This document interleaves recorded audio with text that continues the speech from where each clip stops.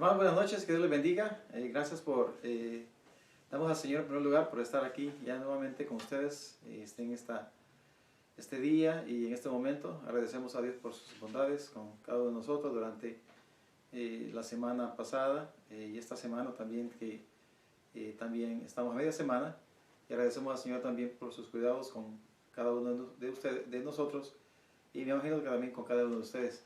Así es que en esta noche vamos a orar antes de comenzar con el estudio que hemos estado teniendo de la Epístola de los Romanos. Así que vamos a orar, hermanos, y vamos a entregar este estudio en las manos del Señor. Gracias, Padre nuestro que estás en los cielos, Señor. Santificado sea tu nombre, Señor. Tú eres santo, tú eres el Dios santo, creador de todo el universo. Y te agradecemos, Señor, en esta noche por tus bondades, tu misericordia con cada uno de nosotros. Y te pedimos que en esta noche, a través de este estudio, podamos seguir aprendiendo, que abran nuestras mentes, Señor, como dice tu palabra, que abras nuestros ojos también, para que podamos escuchar tu palabra y podamos entenderla y también la podamos poner por obra también. Pero sobre todo también, Señor, que nos ayudes a través de ese estudio a afirmar nuestra fe, a continuar nuestra fe, Señor, a pesar de todas las dificultades que podamos encontrar en esta vida. Y también para cada uno de aquellos que están conectados, Señor, también que la palabra, Señor, como lo que es la palabra inerrante tuya, pueda ser como un bálsamo, Señor, que llegue a la vida de cada uno de los que están escuchando en esta noche. Y esperamos y estamos atentos también a lo que tú tienes en esta noche que enseñarnos en esta oportunidad. Te agradecemos y oramos en nombre de Cristo. Amén. Pues vamos a continuar siempre con el capítulo 1. Y en el miércoles pasado nos quedamos brevemente, tuvimos unos problemas técnicos ahí, pero ya, gracias a Dios que ya lo resolvimos y vamos a continuar. Quedamos ahí en el capítulo 1 y yo les leí los versículos del 18 al 31.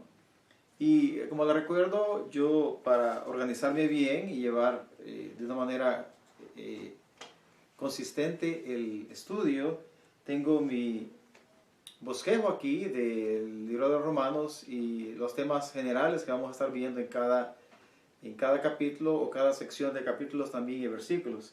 Entonces estamos ahorita como les decía, en el capítulo 1 y nos quedamos de los versículos 18 al 32. En estos versículos del 18 al 32, el tema general que habla Pablo a los romanos es la culpa de los gentiles. Y habla acerca de, hace una lista exhaustiva realmente de pecados. Y déjeme contarle que esta parte de Romanos, dentro de toda la Biblia, es una de las que contiene una de las listas de pecados más extensa en toda la Escritura. Y esta lista, como ustedes se dieron cuenta el miércoles pasado que la leí, se dieron cuenta de la cantidad o la gran lista de el pecado y de la depravidad humana que ha existido desde los inicios de los tiempos. Y la realidad que estos pecados muestra cuán rebelde es el corazón del hombre. Y también, porque estamos estudiando esta carta que fue escrita en el año 55 después de Jesucristo, imagínense cuántos años han pasado, y el corazón del hombre no va a cambiar, el corazón del hombre va a continuar. Y lo estamos viendo ahora en nuestros tiempos, en diferentes manifestaciones. Nosotros en estos tiempos modernos que le llamamos, también hemos visto quizás lo peor del corazón humano también. Y también en esos tiempos no eran ellos la excepción. Y por eso es que Pablo lo menciona. Y también por eso es que la Biblia es tan relevante, hermanos. Lo fue relevante tanto como fue en el tiempo de Pablo, también como es relevante para nuestro tiempo también. Habla a nosotros. Nos podemos realmente relacionar con lo que la Escritura está hablando acerca de estos temas. Y entonces en esta lista habla una serie de pecados. Y habla acerca de cómo el hombre es culpable. Y inicia en el versículo 18 diciendo de que la ira del hombre se revela desde el cielo contra toda impiedad e injusticia de los hombres que detienen con injusticia la verdad. El hombre en sí por naturaleza no quiere escuchar la verdad. Y se refiere a la verdad a través de la evidencia que está en la creación. Y se refiere también a la verdadera condición de la humanidad. Y dice ahí que la ira de Dios se revela desde el cielo contra toda impiedad y el hombre detiene con injusticia la verdad. Y más adelante habla acerca de que Dios les manifestó, Dios se ha revelado a través de la naturaleza, a través de la creación. De tal manera, dice aquí Pablo, que su eterno poder y deidad, y dice las cosas invisibles, está hablando acerca de el carácter de Dios, y se han hecho invisibles desde la creación del mundo, imagínense. O sea, en otras palabras, el hombre con sus ojos y su mente ha podido, o con todo su cuerpo ha podido observar a través de la naturaleza, de la misma creación, de que hay un ser superior que ha creado los cielos y la tierra, porque Dios les ha permitido que a través de los ojos y de la mente y todo el cuerpo puedan ser testigos de lo que Dios es a través de la creación. Y por eso dice ahí Pablo, que han sido entendidas por medio de las cosas hechas. Así que de tal manera, está ahí y no tienen excusa. ¿Cuántos de nosotros, hermanos, nos hemos gozado en ver el amanecer, el anochecer, o cuando vamos al mar quizás y miramos ese océano tan inmenso y el agua que está golpeando ahí las olas, y que otras personas han viajado quizás a otras partes del mundo a observar bellezas, la belleza natural, o bellezas naturales de diferentes partes del mundo, el mar, las montañas, los océanos. Aquí en Estados Unidos nos gozamos de ir a ver, por ejemplo, cuando vamos a los parques, a los que han tenido la oportunidad de ir, por ejemplo, al Parque Sequoia, y ver esos árboles tan gigantescos que han estado o han crecido por miles de años. Esa es parte, hermano, de la misma creación de Dios. No es posible que eso haya surgido así por capricho. Tiene que existir un creador. Y está ahí revelado, lo estamos viendo.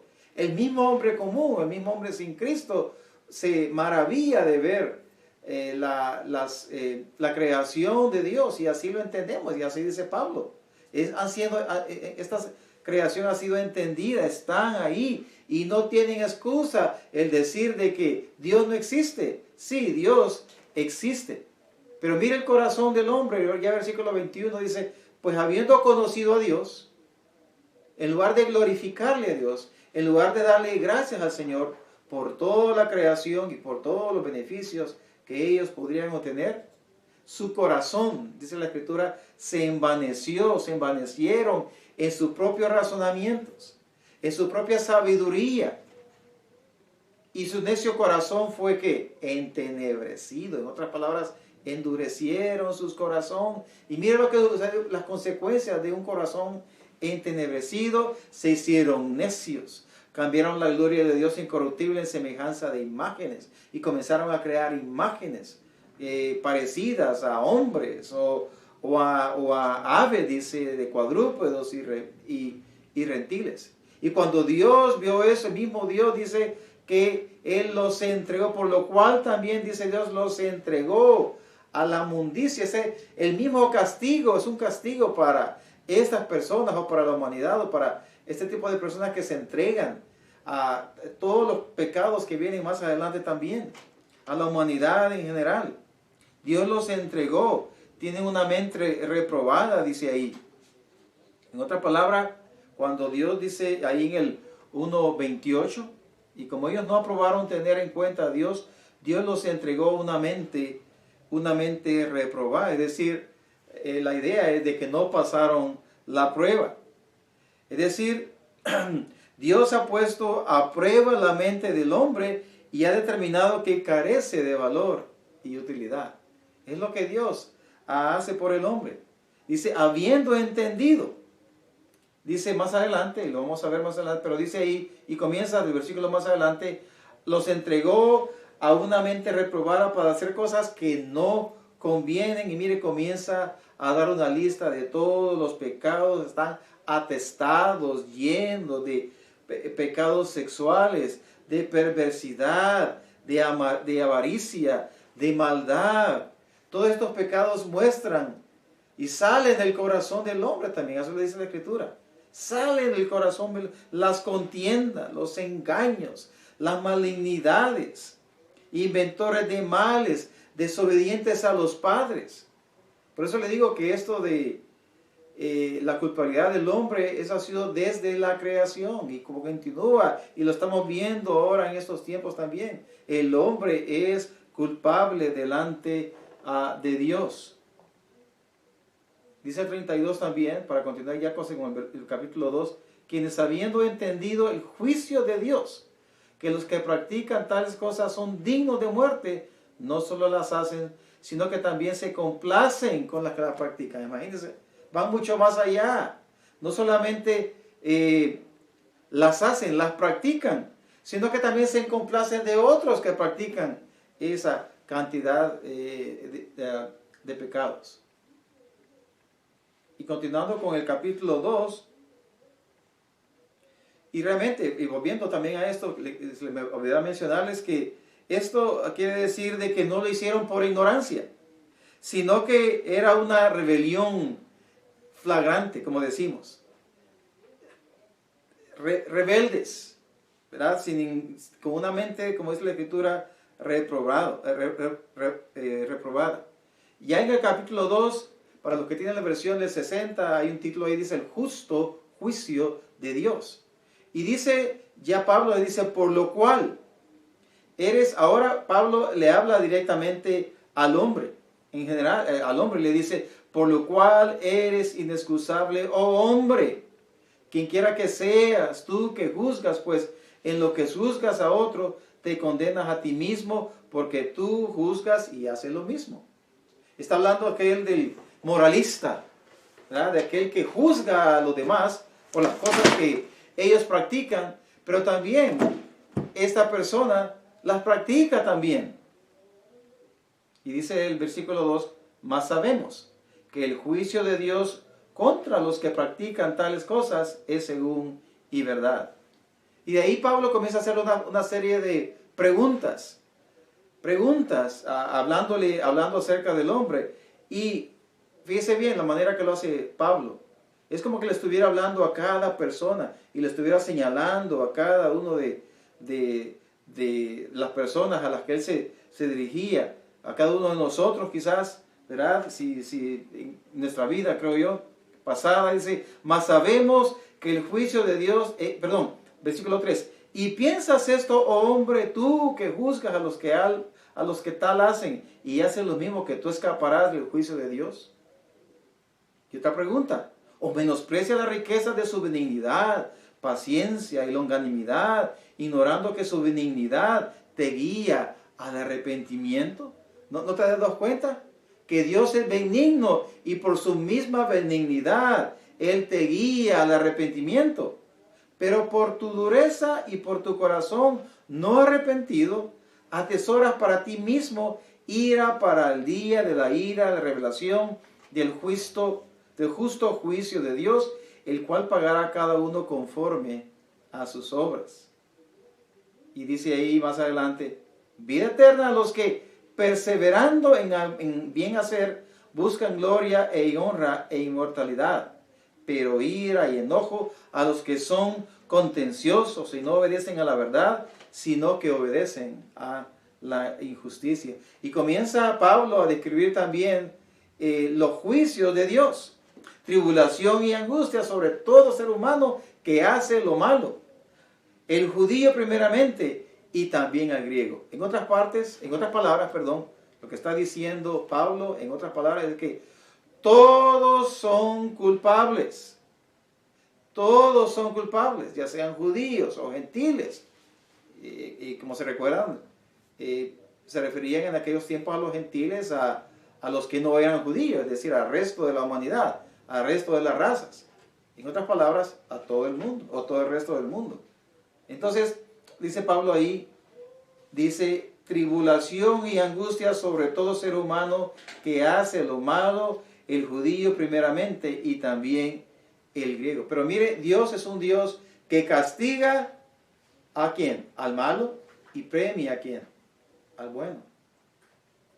Castiga al desobediente, pero premia al obediente.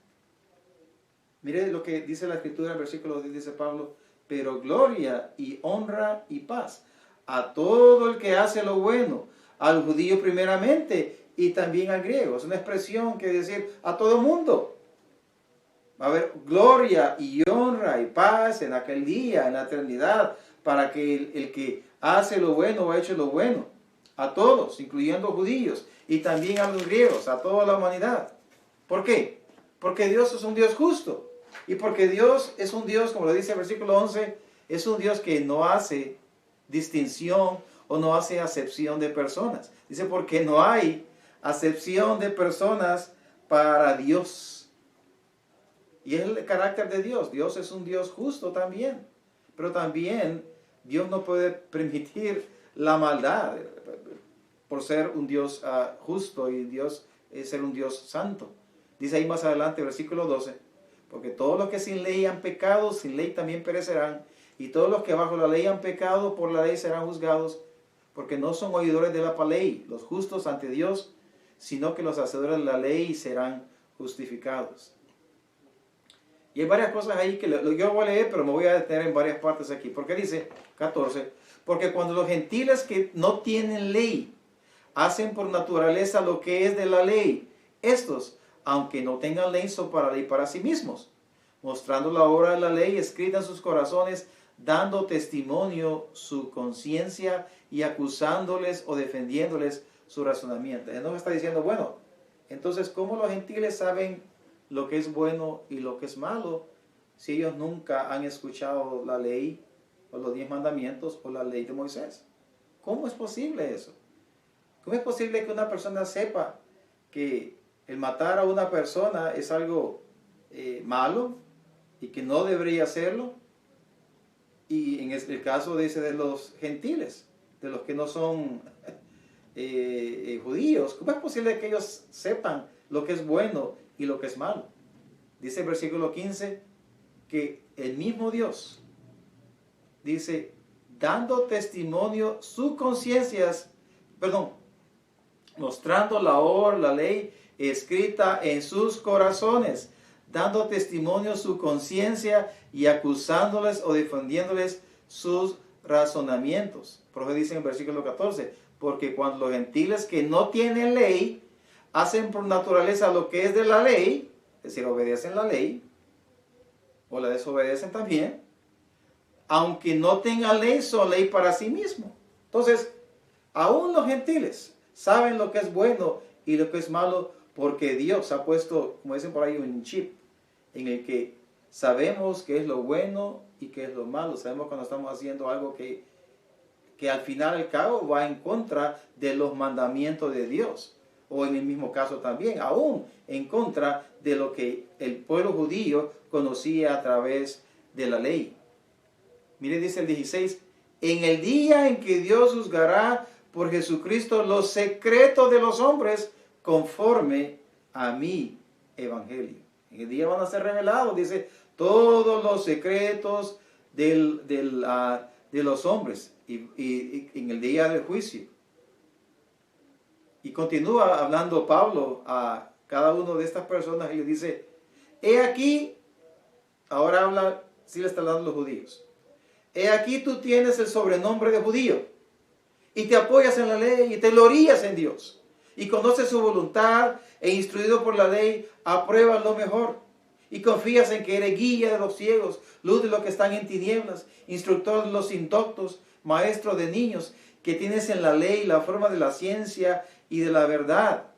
Tú pues que enseñas a otro, ¿no te enseñas a ti mismo? Tú que predicas que no se ha de hurtar, ¿hurtas? Tú que dices que no se ha de adulterar, ¿adulteras? Tú que abominas de los ídolos, ¿cometes sacrilegio? Tú que te jactas de la ley con infracción de la ley y deshonras a Dios. Porque como está escrito, el nombre de Dios es blasfemado entre los gentiles por causa de vosotros, le dice Pablo a los judíos. Pues en verdad la circuncisión aprovecha si guardas la ley. Pero si eres transgresor de la ley, tu circuncisión viene a ser ¿qué? De nada le sirve el que se haya circuncidado. Dice, viene a ser incircuncisión. Si pues el incircunciso guardare las ordenanzas de la ley, ¿no será tenida su incircuncisión como circuncisión? Y el que físicamente es incircunciso, pero guarda perfectamente la ley, te condenará a ti que con la letra de la ley y con la circuncisión eres transgresor de la ley. En otras palabras, el judío es culpable y quizás es mucho más culpable porque ellos conocen la ley. Y aún también han sido circuncidados también, que es obviamente es un aspecto ceremonial también de los judíos. Que él decía, yo soy judío porque soy circuncidado. Y en otras palabras, ellos quizás muchas veces tenían de menos también. Y ustedes se dieron cuenta ya en Hechos también, las relaciones que existían entre los judíos y los gentiles. Realmente Pedro estaba espantado, de decir, ¿cómo yo me puedo meter con los gentiles si ellos son Señor? Pero sin embargo, eso es lo que Dios quería para él, que fuera y les predicara a los judíos. Pero miren aún, le está diciendo Pablo a los romanos, dice, pero pues no es judío el que lo es exteriormente, ni es la circuncisión la que se hace exteriormente en la carne, sino que es judío el que lo es en lo interior, y la circuncisión es la del corazón, en espíritu, no en letra, la alabanza del cual no viene de los hombres, sino de Dios. Entonces, ¿para qué te excusas en tu religión? No te excuses en que, como le dijo Jesús también a los fariseos, ¿verdad? Oh, sí, ustedes dicen que Abraham tenemos por padre. En pocas palabras está diciendo, oh, nosotros somos el pueblo escogido de Dios y ustedes no. Y dice Pablo, le está diciendo básicamente que el judío, a través de la fe en Jesucristo, ahora, dice, el verdadero judío es lo interior. Y la circuncisión es la del corazón en espíritu, no en letra, no lo que está escrito. La alabanza del cual no viene de los hombres, sino de Dios. Hay otras cosas que les quería mencionar en cuanto a esta parte, antes de llegar al 3. Lo voy a continuar de todas maneras porque es parte de lo que está hablando Pablo, ¿verdad? Obviamente estaba dividido en capítulos y sigue hablando acerca de los judíos. Él le dice, bueno, ¿qué ventaja? Capítulo 3, versículo 1. ¿Qué ventaja tiene después el judío? ¿De qué aprovecha la circuncisión? Y dice Pablo, mucho en todas maneras. Primero, ciertamente que les ha sido confiada la palabra de Dios. Se recuerden que el evangelio vino a través de ¿quién? De los judíos, primeramente por los judíos, así dice la escritura. Pues ¿qué si de algunos de ellos han sido incrédulos? ¿Su incredulidad habrá hecho nula la fidelidad de Dios? De ninguna manera, antes bien sea Dios veraz, y todo hombre mentiroso, como está escrito, para que sea justificado en tus palabras y venzas cuando fuere juzgado. 5. Y si nuestra injusticia hace resaltar la justicia de Dios, ¿qué diremos? ¿Será injusto Dios que da castigo? Hablo como hombre. En ninguna manera. De otro modo, ¿cómo juzgaría Dios al mundo? Pero si por mi mentira la verdad de Dios abundó para su gloria, ¿por qué aún soy juzgado como pecador? ¿Y por qué no decir, como se nos calumnia, como algunos cuya condenación es justa, afirman que nosotros decimos, hagamos males para que vengan bienes? Y continúa, dice Pablo, continúa hablando a los judíos y le dice, ¿qué pues? ¿Somos nosotros mejores que ellos? Hablando acerca de los gentiles. En ninguna manera. Pues ya hemos acusado a judíos y a gentiles que todos están bajo pecado. Mire, y este es interesante. Por eso la Escritura dice, por cuanto, y dice ahí más adelante, por cuanto todos pecaron y están destituidos de la gloria de Dios. La Biblia dice, Romanos, Pablo está explicando, está diciendo, el hombre es culpable, toda la humanidad es culpable, todos se han alejado, todos se han buscado hacer lo malo. Usa el Antiguo Testamento para justificar lo que él está diciendo y para decirle, mire, como está escrito, no hay justo ni aun uno. No hay quien entienda, no hay quien busque a Dios. Todos se desviaron, a una se hicieron inútiles. No hay quien haga lo bueno, no hay ni siquiera uno. Esto es importante, ¿saben por qué, hermanos? Porque a veces creemos de que no necesitamos de Dios.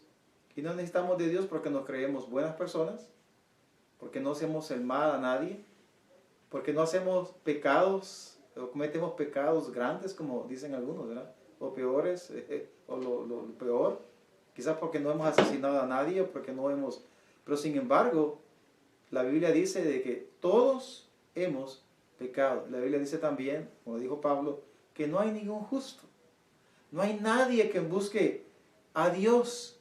Nuestro corazón, hermanos, como criaturas pecaminosas, estamos inclinadas a ¿qué? Al pecado.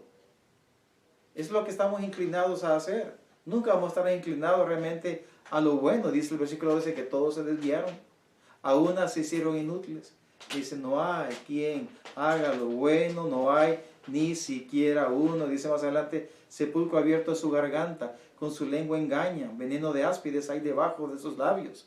Su boca está llena de maldición y de amargura. Sus pies se apresuran para derramar sangre. Quebranto y desventura hay en sus caminos, y no conocieron camino de paz. Y todas estas son citas del Salmo, Señor, del Antiguo Testamento. En lo que Pablo les está diciendo, ¿saben qué? Todos son culpables, judíos y gentiles. No hay temor de Dios delante de sus ojos, versículo 18. Pero sabemos que todo lo que la ley dice, lo dice a los que están bajo la ley, para que toda boca se cierre y todo el mundo quede bajo el juicio de Dios. Mire el 20. Ya que por las obras de la ley ningún ser humano será justificado delante de él. Este es bien interesante. Por las obras de la ley, es decir, no es por obras. Ningún ser humano va a ser justificado por las obras.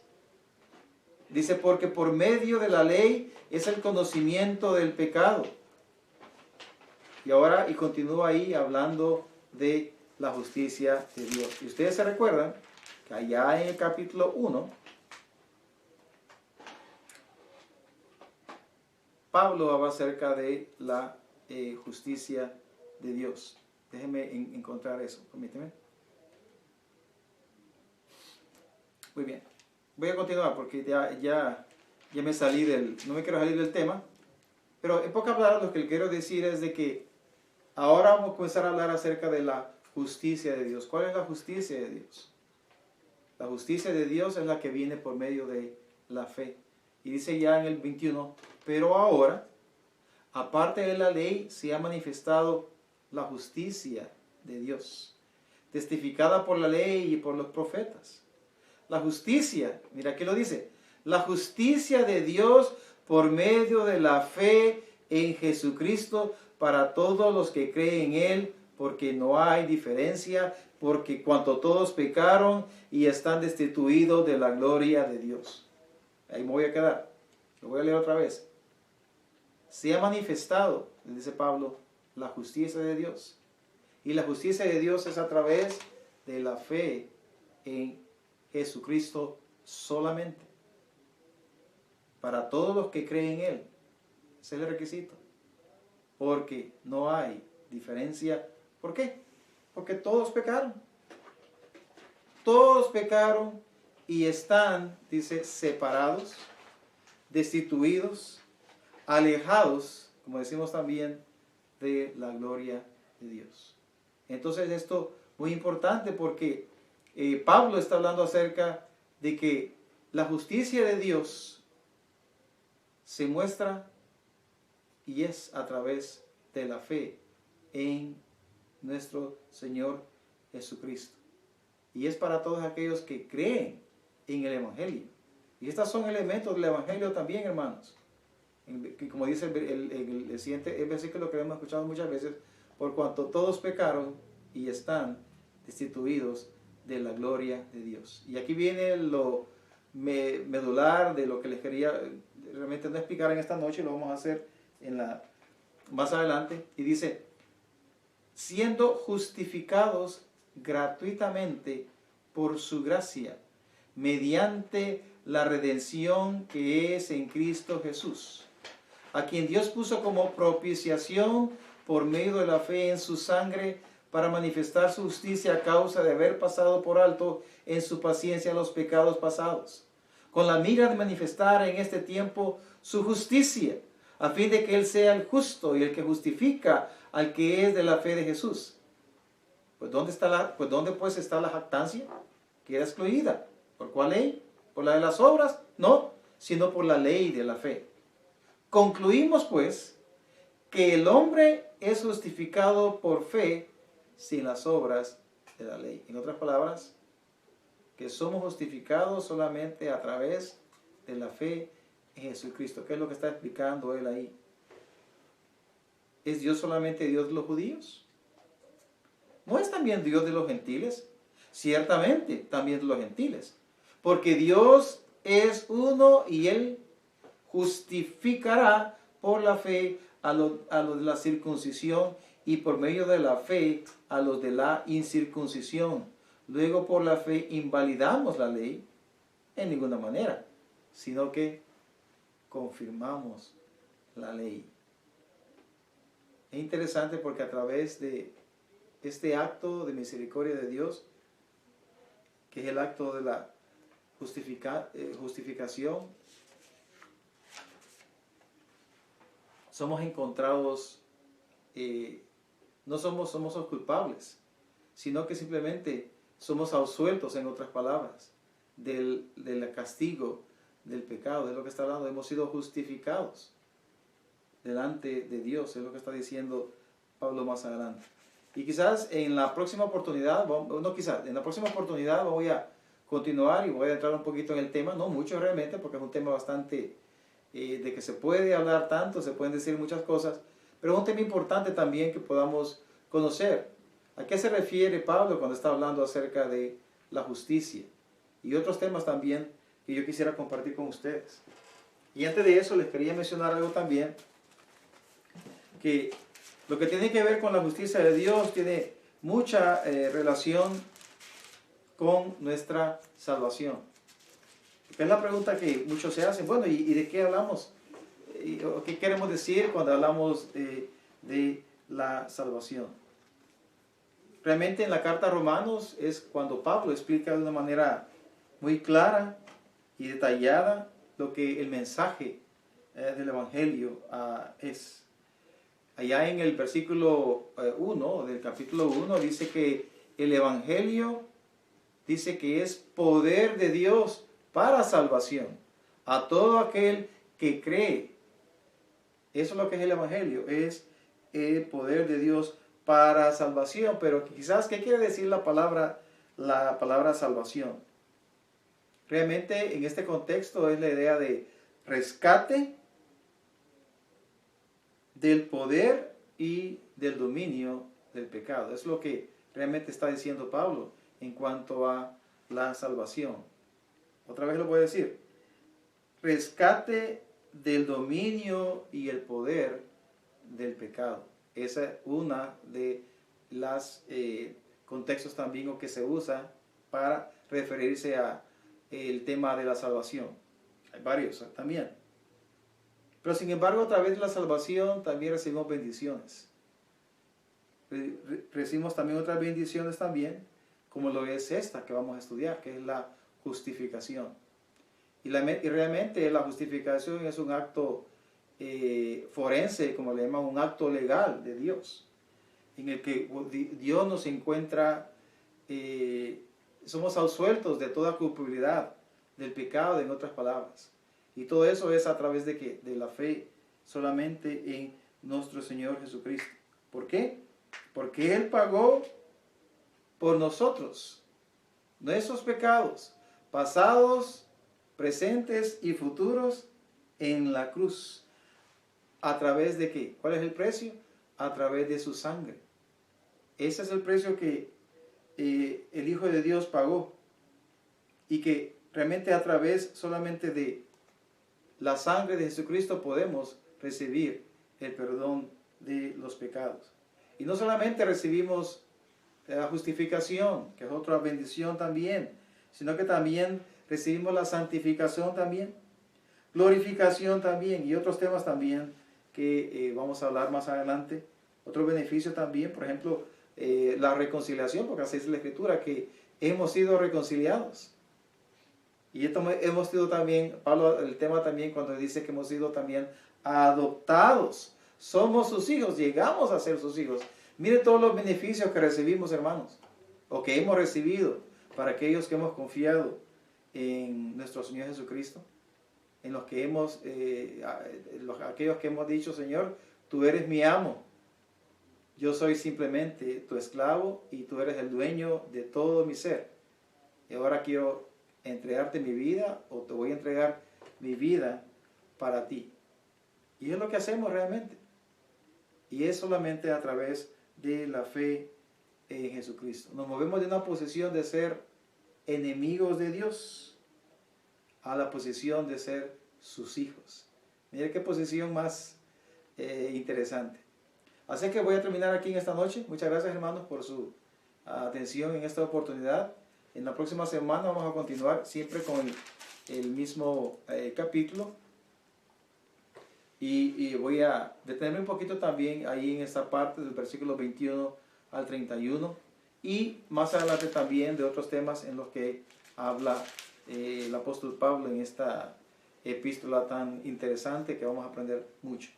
Así que, Señor, te damos gracias en esta noche. Te agradecemos, Señor, por este tiempo que hemos podido leer tu palabra y aprender todas estas verdades. Señor, gracias por ese acto, ese sacrificio, Señor, que tú diste en la cruz sin merecerlo. La palabra dice, la acabamos de leer, que no hay ningún justo. Todos somos culpables por cuanto todos pecaron y están, dice tu palabra, destituidos, alejados de tu gloria, Señor. Te agradecemos, Señor, por el don de la salvación tan grande que hemos recibido, porque hemos sido sacados, Señor, de la esclavitud, del dominio del pecado. Hemos pasado de la oscuridad, de las tinieblas, a la luz, Señor, que es tu verdad. Así es que, Señor, en esta noche agradecemos y oramos también por aquellos.